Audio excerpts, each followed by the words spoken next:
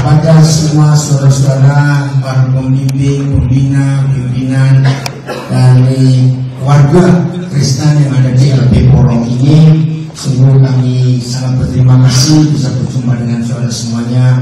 Makasih Pak Andreas yang terus berjuang untuk membuat kesejahteraan dari semua saudara kita. Ya, saya tidak tahu berapa LP Rutan, LP AA, LP Wanita yang gabung hari ini di seluruh Indonesia. Terima kasih Tuhan, baik untuk kita dipertemukan bersama-sama. Siap untuk kita belajar firman Tuhan? Oke. Seandainya semua kita, ya seandainya semua kita selalu berpikir bahwa entah kapan kita ini akan sampai di titik terakhir, di hari terakhir hidup ini. Seandainya semua kita sempat berpikir seperti itu, saya percaya maka hidup kita akan jaga dengan baik dan hati-hati. Betul atau salah?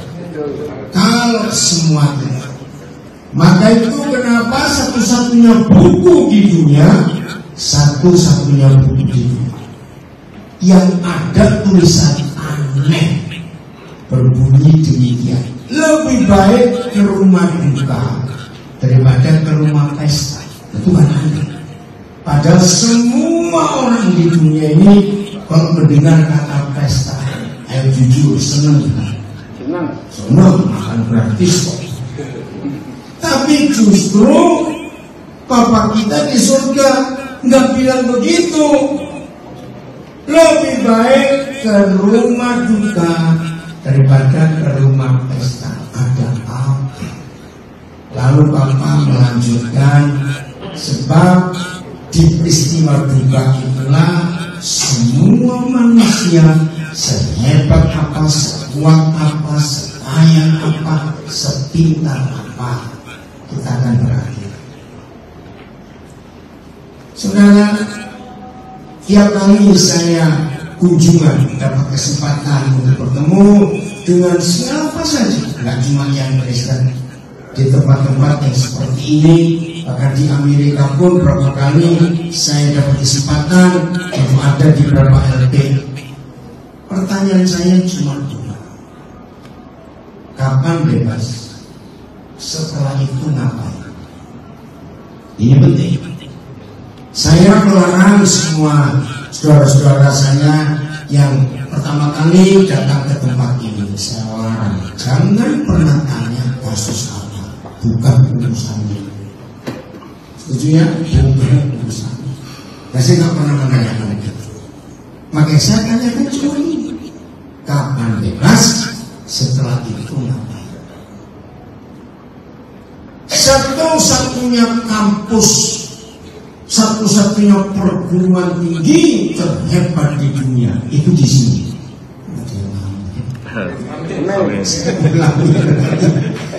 Ya, sebelum panas lulus jangan lagi ya. Maka itu belum pernah kuliah di sini jangan sombong. Setuju saya ngomong jangan sombong. Satu-satunya kampus perguruan tinggi yang terhebat di dunia itu cuma di tempat ini. Baik, setuju. Adanya ragu-ragu. Mesinnya sudah. Maka itu Alkitab itu satu-satunya buku. Dan Alkitab juga satu-satunya kitab suci agama yang di dalamnya paling banyak membahas tentang kehidupan di tempat ini.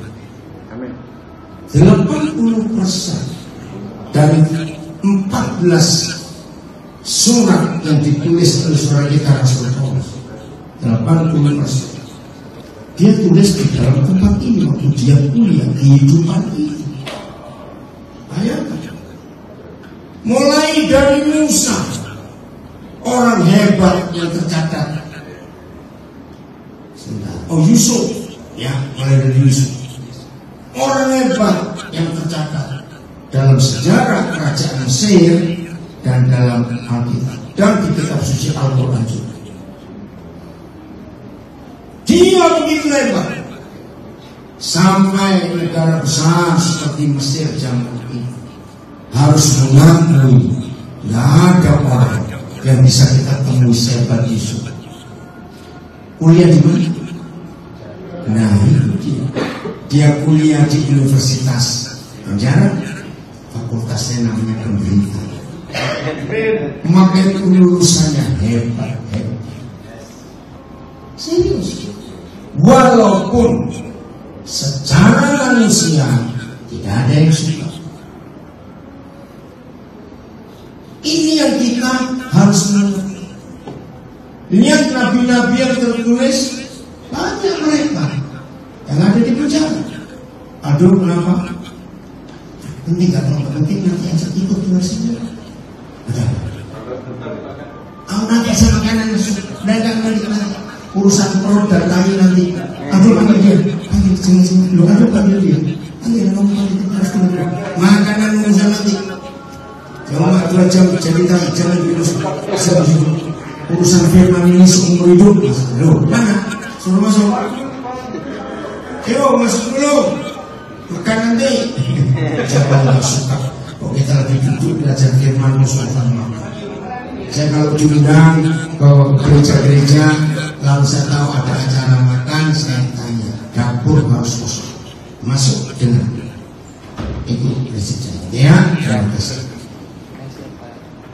Jadi Alkitab itu satu-satunya buku yang paling banyak urusan dengan tempat kita. Istilah penebusan, itu kan cuma ada di tempat ini masalah ditebus. Urusan pengampunan, gerasi yang buat semua kita di tempat seperti ini. Kata gerasi itu lebih daripada emas 20 kilo uang berapa ratus miliar, betul atau tidak? Gerasi. Nah, saudara tahu, gerasi itu bukan bahasa Indonesia. Itu dari bahasa Yunani, dari itu bahasa Alkitab. Gratia. Inggrisnya grace. Dalam bahasa hukum Indonesia jadi grace. Lihat, jadi banyak hal yang tercatat dari kitab Perjanjian sampai kitab Wahyu itu urusannya di tempat ini. Maka itu tiap kali saya berkunjung ke tempat ini, saya selalu bilang, nikmati dengan senikmat-nikmatnya ketidaknikmatan itu. Dia. Amin. Telat. Sebenarnya nikmati dengan senikmat-nikmatnya ketidaknikmatan di tempat ini. Amin. Karena orang yang pernah kuliah di model tempat ini, satu, pasti lebih berkenan di hadapan Tuhan daripada yang belum pernah kuliah di sini. Amin. Kenapa saya punya prinsip itu? Maka itu yang masih bebas di luar jangan sombong. Jangan sombong. Kalau Tuhan Yesus datang nanti hari ini, ya, yakin saudara akan lebih dulu masuk surga daripada kami yang masih belum. Amin. Kenapa? Betul. Karena saudara sudah menjalani hukuman manusia. Kami ini belum. Coba ya, kalau kita melihat KUHS, Kitab Undang-Undang Hukum Surga. Nah, kalau KUHP sama jadi tadi bilang apa? KUHS? Iya, hukum surga. Tadi Bapak bilang apa? Pengacara, Pak. Oh, nah kalau KUHP saya nggak hafal sama. Apa sih kata KUHP? Kasih uang habis perkara ini. Saya nggak paham. Dalam KUHS tentang pembunuhan dan perzinahan, simpel sederhana, tapi kalah dengan KUHS ini. Nggak boleh ada seorang pun di antara kita yang sombong. KUHS pembunuhan itu cukup satu. Tapi kalau KUHP soal pembunuhan banyak, ya berencana hukumnya beda, pasalnya beda. Tidak sengaja hukumnya beda, pasalnya beda. Mutilasi itu pun beda. Banyak. Tapi KUHS cuma cukup satu kata. Coba buka satu di sini. Ini pun. 1:3:15. Cukup satu tidak. Setiap orang yang membenci saudara adalah seorang pembunuh manusia. Cuma pembunuh. Karena kalau cuma pembunuh lah, tadi kami masuk ada banyak kambing korban. Kita bisa membunuh nyamuk, bisa membunuh hewan, bisa membunuh, tapi membunuh manusia. Ayo jujur, menurut KUHS ini, sependeta-pendetanya seorang pendeta bisa lolos dari pasal pembunuhan ini? Jawab, bisa lolos? Tidak bisa. Hebat. Jadi buat KUHS, membunuh itu tidak harus menghilangkan nyawa orang, tapi pasti ada di antara kita yang ternyata saya nggak benci, cuma malas ketemu. Ada orang seperti itu banyak. Nah, kalau begitu antara kita yang di dalam dan yang di luar hanya pembunuh. Banyak pembunuh, banyak salah, semua pembunuh. Nah, ini bagiannya. Saudara sudah menjalani hukuman manusia. Nah, kami masih keluar, masih bebas. Dihukum manusia belum, dihukum Tuhan juga belum. Maka itu saudara lebih cepat masuk surga kalau disudahkan. Amin. Seperti ya. Itu juga mutilasi. Saya mendapatkan apa itu KUHS tentang mutilasi. Ternyata yang mengaku murid Yesus hamba Tuhan yang jadi pembunuh itu mutilasinya sadis. Kalau mutilasi saja kan cuma dipotong-potong, tapi yang tidak mengakui itu bukan memotong, mencacat. Jadi tipis-tipis. Mau bukti kan? Oke, saya buktikan ya, dan bersenang. Kalau ada seorang tersakiti atau disakiti dan tidak mengampuni, wajar setengah jam setelah disakiti terus ketemu orang lain dan dia cerita. Wajar tidak? Wajar. Setengah jam lagi ketemu orang lagi, setengah jam lagi ketemu orang lagi. Kalau hari itu kita yang disakiti dan tidak mengampuni, tiap kali ketemu orang kita cerita lagi kejadian. Ini celakanya manusia. Saya ambil sebuah kalimat dari seorang hamba Tuhan, saya percaya di Ungaran, Jawa Tengah, sudah dipanggil Tuhan. Ingat ya Den, dengan saya. Manusia itu punya kejahatan yang sangat jahat. Ya sebenarnya enggak. Yang namanya manusia itu rata-rata kalau dititipin uang pasti kurang. Tapi kalau dititipin omongan pasti kurang. Betul atau salah? Sekarang ya, satu kejadian waktu kita disakiti, lalu kita cerita ulang ketemu orang baru. Ini kisah aslinya jadi lebih besar atau lebih kecil? Jawab, jadi lebih besar atau lebih kecil? Makin sering orang yang tidak mengampuni menceritakan kejahatan, orang itu sedang memutilasi si penjahat, dipotong kecil-kecil. Berarti tidak ilustrasi. Berarti banyak yang mutilasi di antara kita. Banyak. Ini. Begitu pula pasal perzinahan. Buat KUHS sederhana amat. Pasal perzinahan KUHS.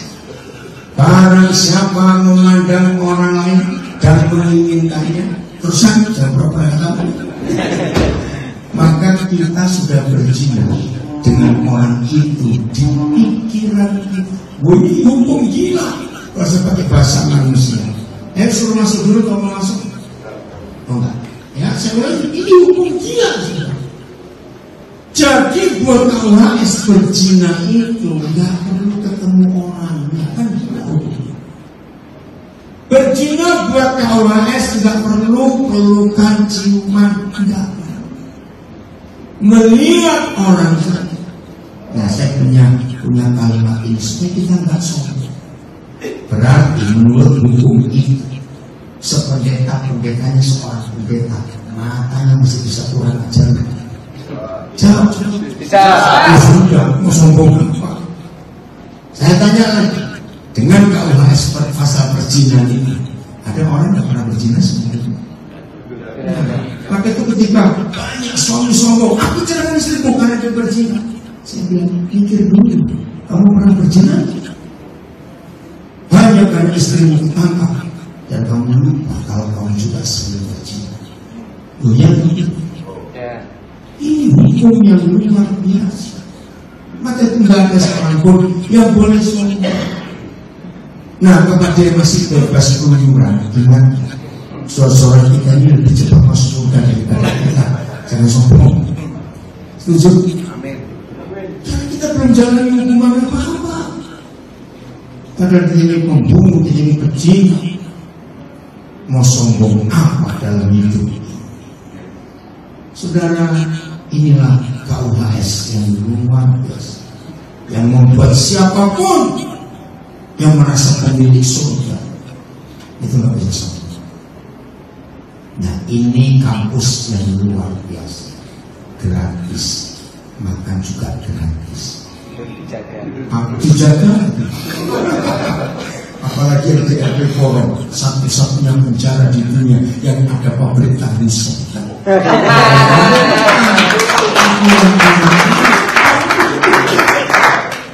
Gak banyak kuliah, maaf. Diberi makan gratis, dijaga lagi. Maaf ya. Diobati untuk gak ada rumah sakit. Gratis lagi untuk obat lagi. Oke, ya maaf kalau saya benar. Maka itu kekristenan itu adalah sebuah cara hidup yang sangat dekat dengan Tuhan, dan itu sungguh luar biasa. Sejujurnya sampai di sini, maka itu sebelum saudara dinyatakan lulus, kerjakan dengan baik kesempatan yang langka ini. Amin. Kerjakan dengan baik. Belajar sebenarnya. Bahkan kepada teman-teman saya mahasiswa teologi, pendeta-pendeta, kalah kami dengan waktu saudara untuk mencari Tuhan, bertemu Tuhan, dan belajar firman. Amin. Amin. Betul? Ya. Amin.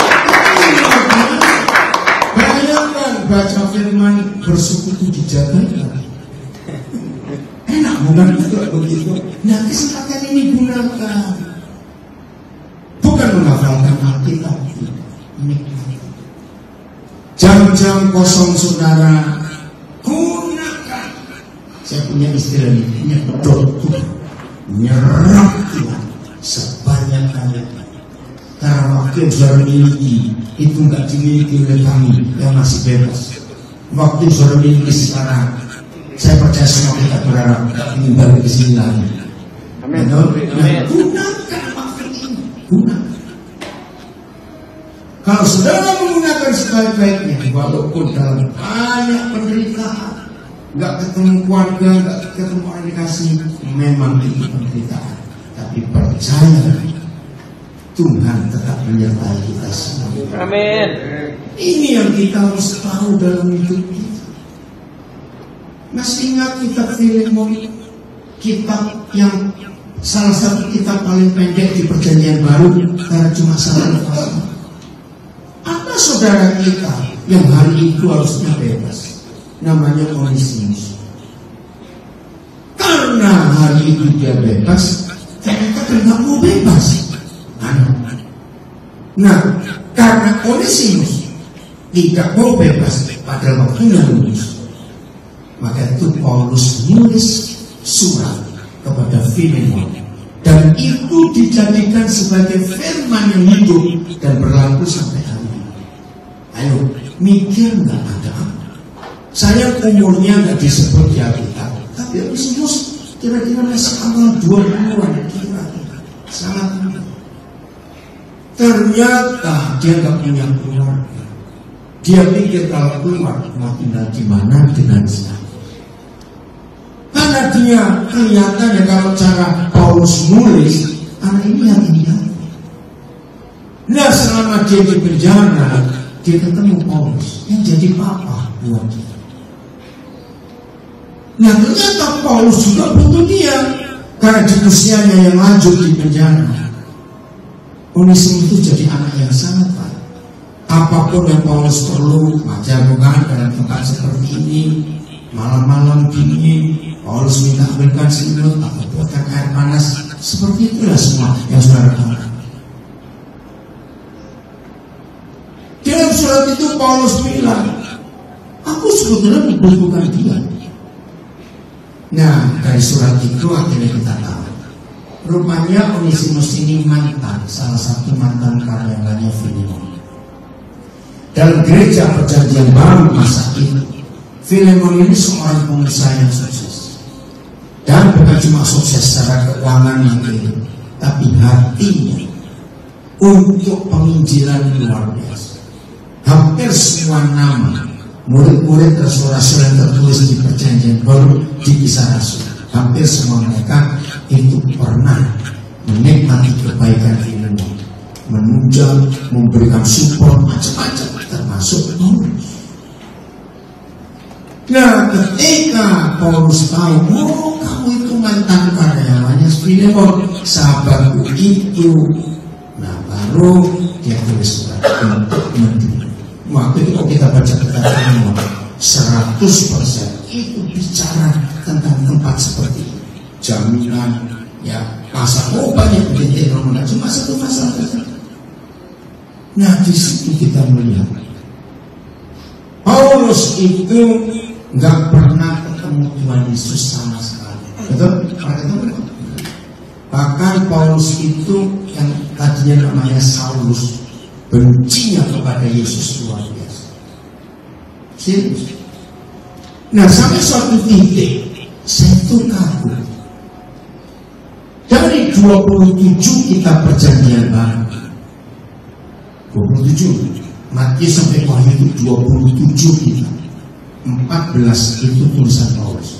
Roma sampai Ibrani itu saya. Yang lebih kaget lagi, dari 14 kitab yang ditulis Paulus di Perjanjian Baru, 90% yang dia tulis sebagai firman. Ini membuat saya kagum. Tuhan Yesus belum pernah ngajar. Muncul dong pertanyaan saya, apakah Tuhan Yesus pernah buka sekolah teologi? Menjawab, tidak. Apakah Tuhan Yesus pernah meninggalkan buku? Tidak. Nah, saya tanya, lalu dari mana saudara kita Paulus menemukan kebenaran yang Tuhan Yesus tidak pernah ngajar? Ternyata dari Roh Kudus. Coba Yohanes 16 ayat 13. Nah, lalu timbul pertanyaan saya.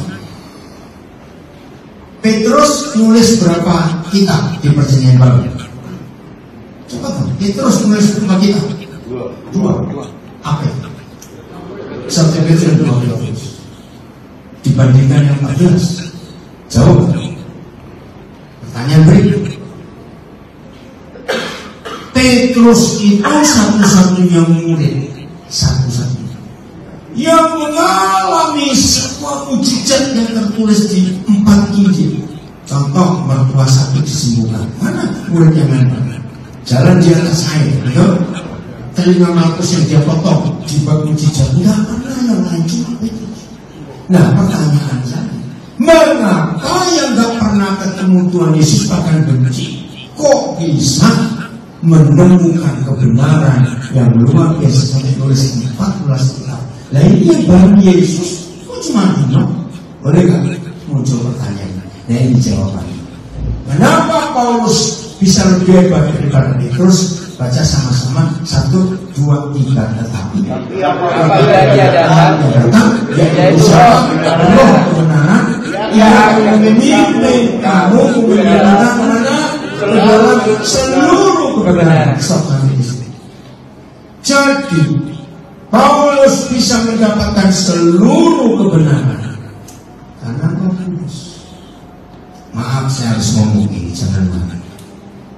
Semua teologi, semua sekolah teologi di dunia, semua sekolah teologi di dunia pasti memegang satu atau doktrin yang lain. Pasti. Nggak ada sekolah teologi yang nggak pegang satu dogma atau satu doktrin. Berarti adakah 1 atau 2 atau 5 sekolah teologi di dunia yang bisa mengajar tentang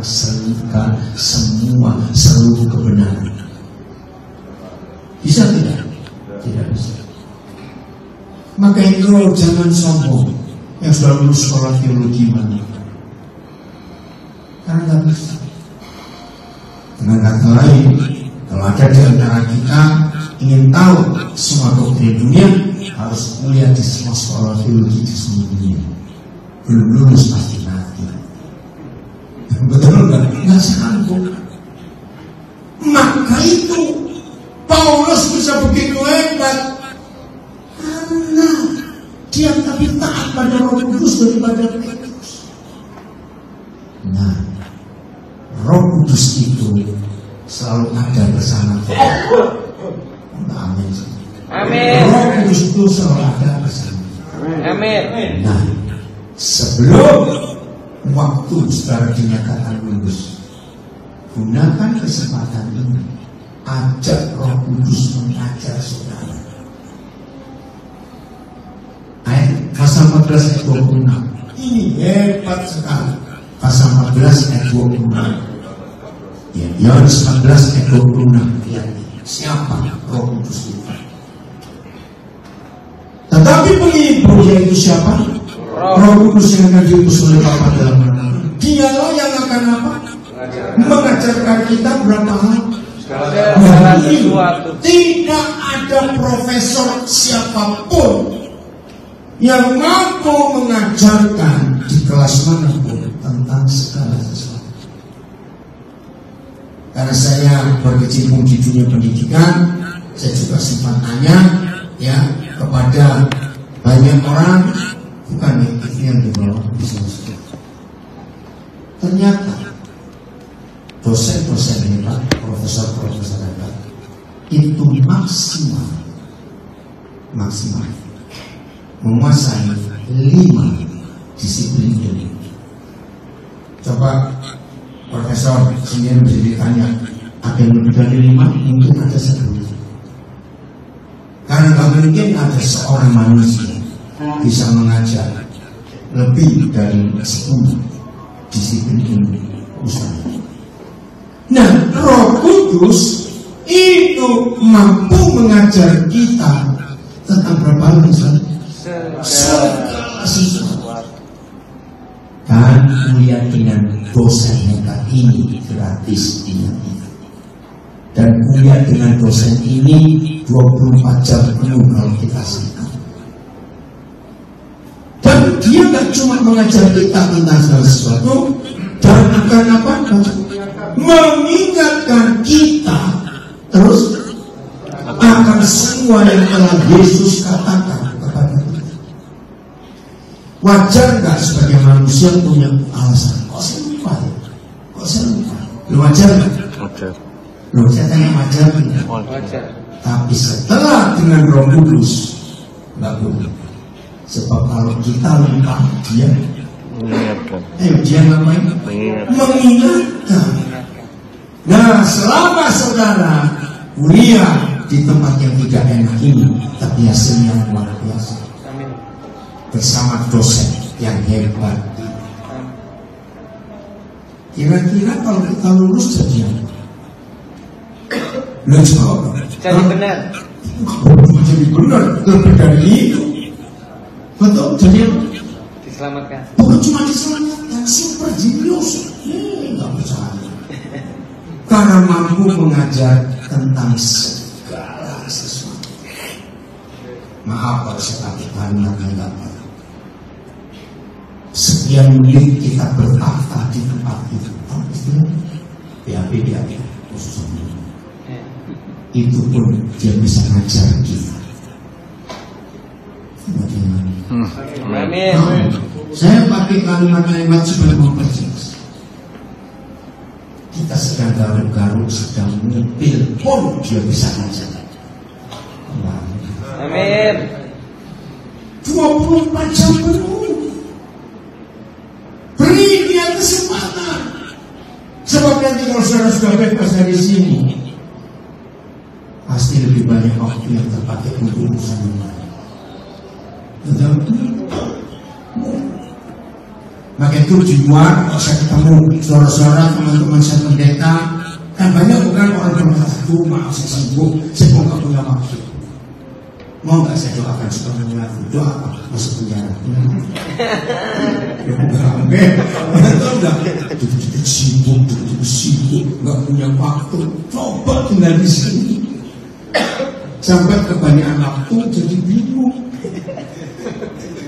Betul tidak saya ngomong ini? Saya bingung. Mau ngapain lagi ini ya? Sudah 22 aku baca minggu ini, kok waktu masih banyak? Sudah beresin ini, beresin itu, kok masih ada waktu lagi? Nah itu kan luar biasa bukan? Gunakan waktu itu. Dan itulah hasil dari hidup Yusuf. Coba kita lihat beberapa ayat ini. Kejadian 41 mulai ayat 37. Supaya saudara gunakan tema yang saya tulis di sosial media saya, kebebasan atau kemerdekaan yang sejati. Itu bukan kita yang di luar penjara sana. Banyak orang bebas secara fisik, tidak di penjara, tidak dihukum, tapi hidupnya terpenjara. Maaf, yang namanya jenis dosa apa saja itu sebagai penjara. Sebab kalau orang yang melakukan itu akan tersiksa. Usul itu dipandang baik oleh Firaun dan oleh semua pegawai. Ya kita nggak usah baca usulnya apa. Tapi ketika Firaun nggak cuma galau, tapi stres karena mimpi 2 kali yang menakutkan, nggak ada orang yang bisa menjelaskan. Hanya Yusuf. Lalu berkatalah Firaun kepada para pegawainya, semua saudara-saudara anak-anak saya yang sedang di LP manapun juga yang ikut hari ini. Layar di sini apa nih? Layar untukmu. Oh itu. Oh iya Pak. Ya. Dimanapun kalian berada, di LP manapun, ingat, sebelum kalian dinyatakan lulus, gunakan waktu untuk belajar. Lalu berkatalah Firaun kepada para pegawai, mungkinkah kita mendapat orang seperti ini? Siapa dia? Yusuf. Seorang yang penuh dengan Roh Tuhan. Secara fisik Yusuf bebas. Coba kita lihat waktu. Kejadian 37 ayat 1. Umur berapa Yusuf dibawa ke Mesir? Yang kita lihat. Oh, ayat 2. Cepat. Inilah riwayat keturunan Yakub. Baca. 17 tahun. Sekarang luar biasa. dalam penulisan tentang silsilah itu wajib anak pertama yang ditulis. Tapi tentang Yusuf ini anak ke-11. Anak pertama Ruben, Simeon, Yuda dan Loh, kok Yusuf? Nah, sebab Tuhan punya urusan dengan dia. Maka itu berbahagialah setiap kita, mau anak berapapun dan dalam kondisi seterpuruk apapun. Kalau Tuhan punya urusan dengan kita, di mata Tuhan kita tetap nomor 1. Amin. Maaf kalau saya sebut nama Nelson sendiri, ya karena selama ini cuma dia yang saya kenal di sini, yang lainnya. Kalau lalu ini kita. Secara kekecewaan, karena semua suara di sini tahu pasti. Secara kekecewaan, Pak Nelson pernah kecewa, mati-mati nggak nuduh macam-macam. Ya, kalau itu terjadi, maka nggak ada pabrik tahu yang terjadi di dunia, di Indonesia, saya di LBO. Karena mikir, Yusuf juga begitu. Nanti kita lihat, umur 17 tahun, pasal 41. Coba cari ayat berapa itu ya, umur Yusuf ketika kita menghadap Firaun. 41 tadi 37 ayat berapa? Coba cari semua. Di pasal 41, 37, 38 di ayat itu ada. Umur berapa Yusuf bebas? Ayat berapa? Nah, terus turun lagi. Ya, terus. Tolong bantu baca di situ. Ayat berapa? Terus tahu ayat. Terus sobat turun lagi. Berapa? Ayo Bibus, tolong. Terus tahu enggak terakhir. Ya ini ayat 46. Baca Yusuf berumur 30 tahun ketika yang mendaftar. Sekarang berarti dia kuliah di Fakultas Penderitaan itu berapa semester? 26 semester.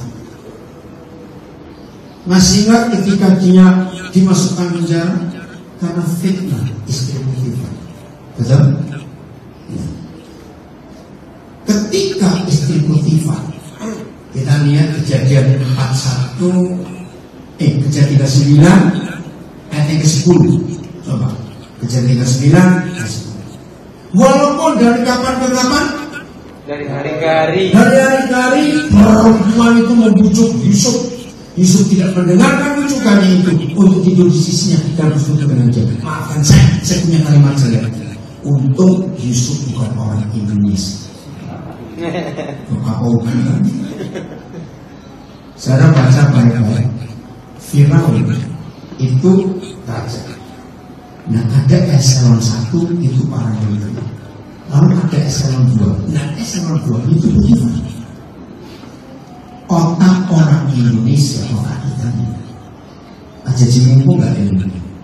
Pasti. Jadi jujur. Kalau Yusuf orang Indonesia dirayu istri eselon 2. Ayo berapa Yesus? Kita mau jujur. Mau. Sangat mau. Kesempatan. Paling tidak nasib Yusuf berubah. Pasti. Tapi dia nggak mau. Ini yang luar biasa. Tadi baca sendirian. Akhirnya Yusuf masuk penjara. Dan penjaranya tapol, kayu politik. Lihat ayat 12. Nah, siapa yang salah? Lalu perempuan itu memegang baju Yusuf sambil berkata, marilah dengan aku. Oh, ayat 11-nya. Ketika suasana rumah seperti apa? Pada suatu hari masuklah Yusuf dalam rumah bosnya majikannya untuk melakukan pekerjaannya. Baca situasi rumah sedang. Ayo sedang cepat. Dari sisi rumah itu nggak ada suami. Jadi cuma berdua. Maaf, kesempatan nggak? sama. Tapi Yusuf tidak, ayat 13. Nah, sikap ini kita sama. Ketika dilihat perempuan itu bahwa Yusuf meninggalkan bajunya dalam tangannya dan telah, nah jangan di tempat. Kok diam saja? Kalau lari di tempat jadi bagian bukannya. Lari. Ayat 14. Fitnahnya. Dipanggilnya masih siluman tolong kata perempuan itu. Lihat, dibawanya kemari seorang Ibrani supaya orang ini mempermainkan kita. Orang ini mendekati aku untuk tidur dengan aku, tapi aku berteriak karena suara sadis. Sadis. Saya percaya di banyak LP ada saudara-saudara yang alami fitnah seperti itu. Dia tunggu Tuhan yang itu. Amin. Tunggu. Pembelaan Tuhan bagaimana terlalu. Keadilan Tuhan akan berlaku. Walaupun mungkin lambat. Ya, ayat 15. Dan ketika didengarnya, ayat 16. Ditaruhnya baju itu, nah sengaja bukan? Tunggu sampai bos pulang, benar aja. Terus ayat 17. Perkataan itu juga lagi diciptakan perempuan itu kepada Potifar katanya. Terus ayat 18. Tetapi, sama ya, dia ayat 19. Baru saja didengar tuannya perkataan diciptakan begitu. Maka kita marah. Ngajar bukan? Suaminya marah. Ayat 20. Nah, lalu Yusuf ditangkap oleh tuannya dan dimasukkan ke dalam penjara. Enggak sekedar penjara, kriminal biasa, tempat tahanan raja dikurung. Ini apa? Beda nggak? Tahanan politik, tahanan biasa, tahanan teroris, beda. Demikianlah Yusuf dipenjarakan di sana. Maaf, boleh nggak Yusuf kalau kita ngomong begini? Tuhan, kalau aku tahu hasil ketaatanku untuk hidup kudus itu penjara seperti ini, lebih baik aku berzina saja, lebih baik nasib Tuhan. Bisa nggak kita berkata seperti itu? Bisa. Bisa atau susah? Ya pasti kecewa dong. Betul nggak? Untuk apa kau butuh taat? Untuk apa? Lebih baik jahat sekali hidup ini aman. Banyak orang berpikir seperti itu. Yusuf itu banyak. Pasal 41 ayat 14. Di Mesir dan di banyak negara di dunia punya sistem penjara yang sama. Kemudian Firaun menyuruh memanggil Yusuf, segera yang dikeluarkan dari Tuhan. Nah, ini penjara model keempat. Ya. Jadi ada penjara seperti kita, 4 dinding, tapi kita bisa bebas di dalam. Nomor 2 itu sel. Ya, sel itu saya nggak ada istilah sel tikus kan? Ada. Sel tikus itu yang kedua. Yang ketiga itu lebih jauh dari sel tikus, penjara bawah tanah. Bentuknya sumur, tidak ada jendela. Dan napinya yang di situ berdiri, nggak pernah duduk, nggak bisa tidur, berdiri, tidak ada matahari. Nah, Yusuf pernah tidur. Yang keempat itu buangan. Musa kena yang keempat karena cucu raja dibuang. Artinya kalau kamu kuat fisikmu ya selamat di padang gurun. Kalau enggak ya mati kering di sana. Nah, Belanda menetapkan penjara ini di Nusa Kambangan. Pernah dengar ada namanya Permisani? Ya, berapa kali Pak Andres saya sudah ke sana. Permisani itu dari bahasa Belanda, artinya vermis. Vermis itu artinya hilang. Dan lokasi Permisani di Nusa Kambangan itu pas di pinggir pantai Laut Selatan. Kenapa Belanda membuat penjara itu? Ya udah, kamu lari-lari lah. Yang hidup sudah habis lama. Laut Selatan itu ombaknya kencang. Jadi Belanda pakai sistem ini. Nah, maaf kalau suruh milih, kita jadi paling milih yang mana? Kalau suruh milih, nomor 1 saya nggak mau pilih, yang ketiga ini tutupan. Bagaimana situasinya Mazmur 105? Supaya jelas bahwa sampai Yusuf dapat pujian yang saya begitu karena dia lulusan penjara. 105 ayat 17. Diputusnya seorang mendahului mereka. Siapa? Yusuf yang hancur hidupnya karena begitu. Ayat 18. Lihat situasi tutupan dia. Yusuf diapakan kakinya? Dibelenggu. Pasti bersih banget sebelum buka ayat. Saya tanya kok bersih kan? Bersih. Lehernya diapakan? Renung, coba merenung sebentar. Kaki bukan cuma di rantai, beda belenggu dan rantai itu beda. Mana lebih berat? Belenggu. Leher masuk dalam besi, bukan di dalam emas. Lebih dari anjing gila. Kaki dibelenggu, leher di rantai, ditutupan. Yang nggak ada cacar yang mana. Maaf. Yusuf itu BAB, kencing, makan, tidur semua dalam tutupan. Maka itu wajar. Tadi kita baca di Kejadian 41:15. Ketika Firaun perlu dia, Yusuf dipanggil keluar. Harus ganti pakaian dan cukur. Nanti kita kembali saya membaca. Segeralah dia dikeluarkan dari tutupan. Yusuf ngapain cepat? Bercukur ganti pakaian lalu pergi mengenal Firaun. Kenapa harus cukur ganti pakaian? Nggak tahu kayak apa yang sekian tahun. Baju bau. Dan hebatnya Yusuf, tidak ada tulisan dia kecewa dengan Tuhan, dia ngomel. Mazmur 105 ayat 19. Ini maka itu semua saudara yang menantikan keadilan Tuhan, belajar sabar seperti Yusuf. Amin. Amin. Sampai saat firman-Nya sudah benar.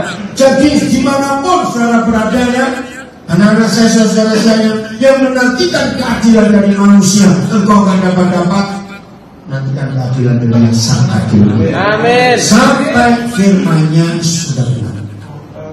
Dan janji yang Tuhan membenar. Kita tunggu. Pasti nggak pernah terlambat. Walaupun waktunya pasti beda. Nah, kembali ke pasal 41 Kejadian ayat 38.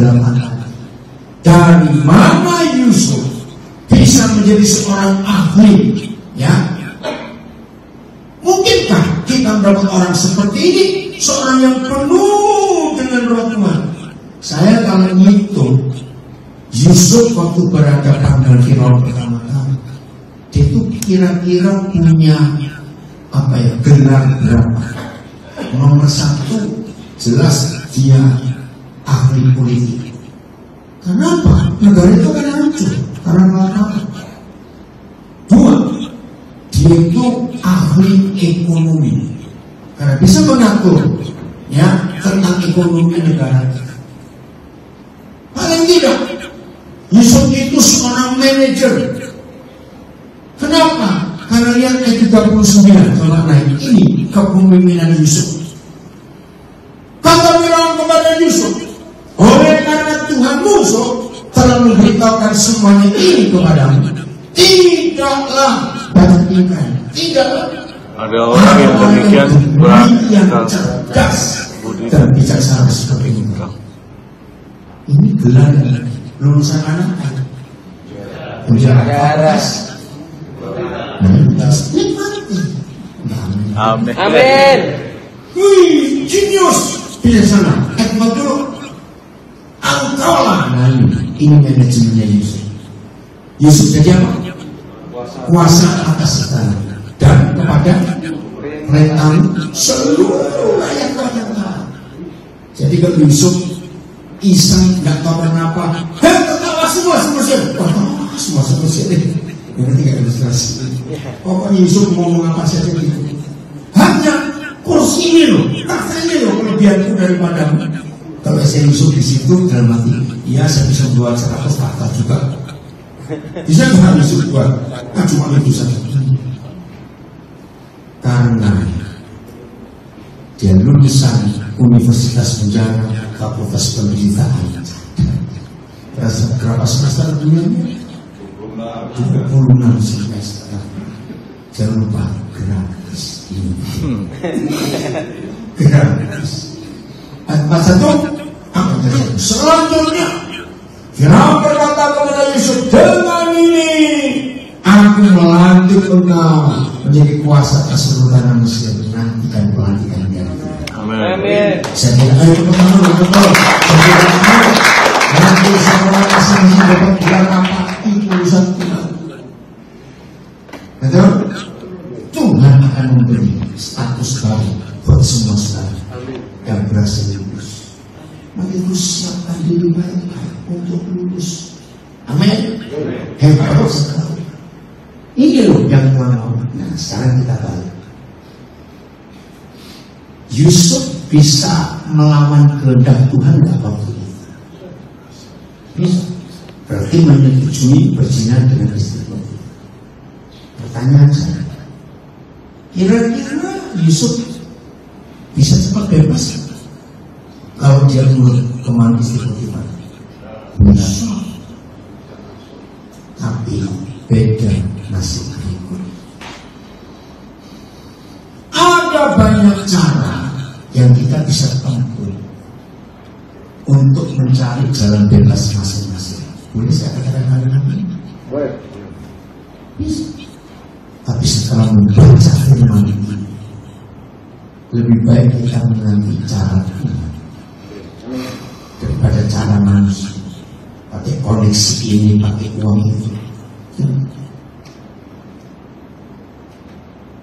Ingat ketika saudara kita Ahok difitnah, lalu muncul istilah bahasa Jawa, Gusti Boten Salah. Itu bahasa Jawanya Tuhan tidak pernah tidur. Dan itu terbukti bukan karena Ahok hebat. Ya. Ketika maaf ini kan sudah ramai di sosial media zaman. Boleh dikatakan tidak ada seorang pun seperti istilah Arab yang menjolimi Ahok itu nggak kena istilah mereka azabnya itu nggak ada satu persatu. Maka itu saudara nantikan keadilan. Jadi kebebasan kemerdekaan sejati bukan kita nggak di dalam tempat ini. Saya ulangi. Jadi kebebasan kemerdekaan sejati bukan karena kita nggak ada di tempat ini. Justru banyak orang yang secara fisik bebas nggak di dalam kita, tapi hidupnya terbelenggu. Maaf, narkoba itu belenggu juga. Sana, rokok, alkohol, judi, pornografi, semua jenis dosa itu membelenggu. Karena kalau kita tidak melakukan itu, kita tersiksa. Maka kalau dipakai dengan istilah ini umumnya nggak gitu. Sebetulnya saudara atau kami yang bebas. Nanti nggak pertanyaan. Sebenarnya saudara yang bebas. Karena saudara itu nggak tergantung apa-apa. Masih berlaku. Nggak punya HP, nggak boleh pakai HP. Masih berlaku nggak sih? Masih ya. Saudara tahu nggak HP itu bisa ngikat? Nggak percaya. Betul, mau belenggu nanti. Lihat anak-anak kecil, aduh ngeri. Nah, saudara merdeka. Ayo gunakan kesempatan.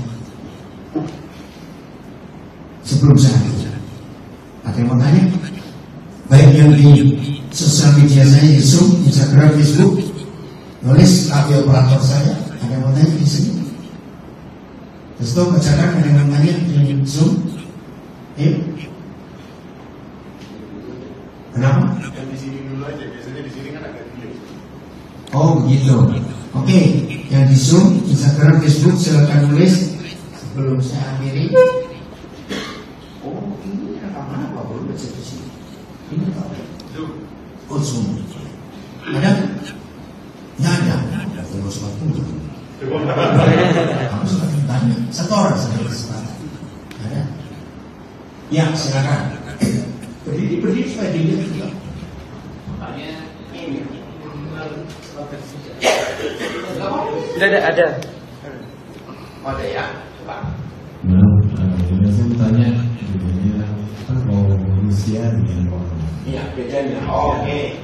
Apa bedanya roh Tuhan dan roh manusia? Tidak ada bedanya. Kita buka Kejadian 2 ayat 7. Justru roh manusia itu adalah roh Tuhan. Ketika itulah Yahweh membentuk manusia itu dari debu tanah. Nah, sampai di kalimat ini, maaf, antara binatang dengan kita tidak beda. Sebab binatang punya tubuh, punya daging, yang sebagian kita makan, itu juga dibuat dari tanah. Seperti tubuh kita.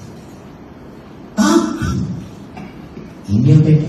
Dan, baca dan, menghembuskan nafas hidup ke dalam hidupnya. Bahasa Ibrani-nya ruah. Nah itu jadi kata roh. Dalam bahasa Arab juga sama. Jadi roh manusia itu adalah bagian dari roh Allah. Demikianlah manusia itu menjadi makhluk yang hidup. Kalimat ini terjemahan bahasa Indonesia. Demikianlah manusia itu nggak bisa mati. Binatang bisa mati, manusia tidak. Apa yang nggak bisa mati? Roh kita. Ini nanti yang akan milih, mau milih surga kembali ke Tuhan atau ke neraka. Kalau kita manusia ikut iblis. Saya tanya kalian, kenapa Bapak tiba-tiba mikir gitu? Ini tentang tubuh jiwa dan roh. Iya, tubuh jiwa terus.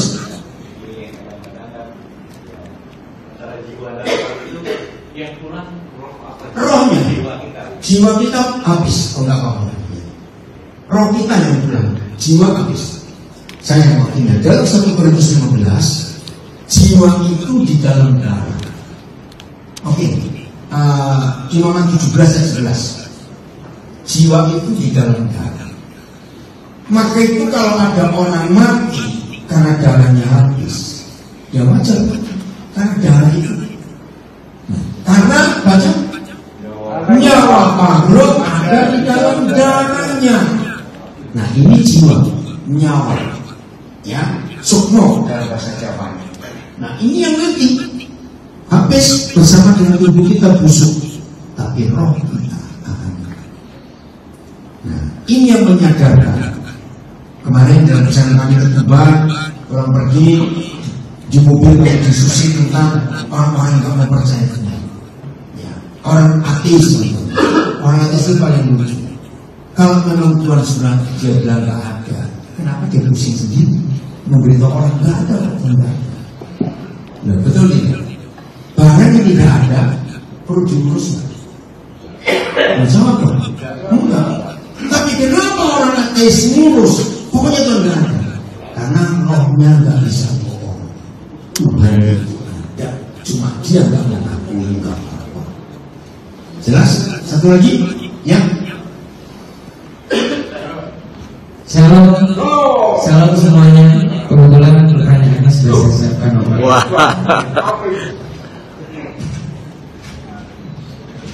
Sejak kapan kamu menulis itu?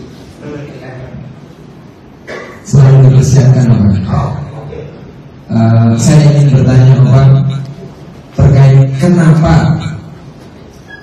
Tuhan menciptakan kita dengan kasih free will, yang dimana artinya kita bisa menolak sang pencipta. Ya, karena sering kalau kita nggak dikasih paksaan untuk menyembah Tuhan, kita nggak dikasih paksaan sama Tuhan untuk berdoa sama Tuhan setiap waktu atau setiap saat. Itu kenapa? Terima kasih. Kamu sudah punya anak? Sudah. Oke. Umur berapa? Umur 4 tahun.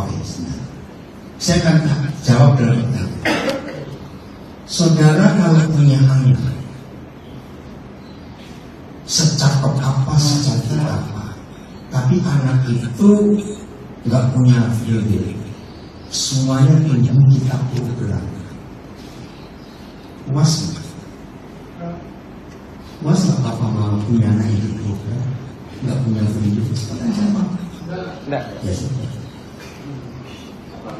Tuhan tidak ciptakan robot. Kalau saudara nggak punya free will, nggak beda dengan kita. Mereka nggak punya free will. Saya ketemu pertanyaan berikut gara-gara ini. Tuhan itu ternyata tidak bisa maha kuasa kepada kita. Hanya kepada binatang dia maha kuasa. Nah, bingung kan? Jujur, antara kita dengan mereka, siapa yang bisa berkata tidak kepada Tuhan? Kita. Ya. Ketika Tuhan mau kita ke kiri, saya nggak mau sama pertanyaan. Tuhan nggak akan paksa saya. Ya sudah. Kepada binatang Tuhan bisa melakukan karena mereka nurut. Tapi nggak senang loh kalau nurut. Jelas kan? Jadi dibuang tinggi. Nah, manusia bisa cloning manusia dan sudah pernah lahir. Tapi ngeri, nggak punya video. Jadi cuma orang, tapi nggak bisa punya pilihan apa. Jelas jawabannya? Bersyukur kita jadi manusia. Amin. Merdeka betul-betul. Bebas betul-betul. Karena nggak terikat dengan apa saja. Tuhan memberkati kita semuanya. Sebelum lulus selesaikan kuliah ini mau berapa semester sekali. Amin. Amin. Tunggu. Memberkati kita semua di seluruh Indonesia dan di mana saja. Haleluya.